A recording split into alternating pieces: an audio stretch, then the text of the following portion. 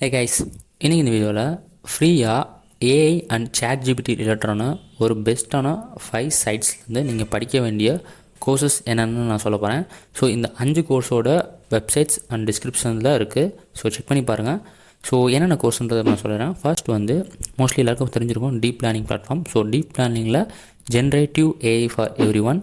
So இது first course. செகண்டாக வந்து கூகுள் வந்து இப்போ ரீசெண்டாக introduction to generative AI offer பண்ணியிருக்காங்க. தேர்டாக Microsoft what is generative AI. ஃபோர்த்தாக மோஸ்ட்லி இதுவும் ஒரு சில பேர் கேள்விப்பட்டிருப்பாங்க Learnpromting.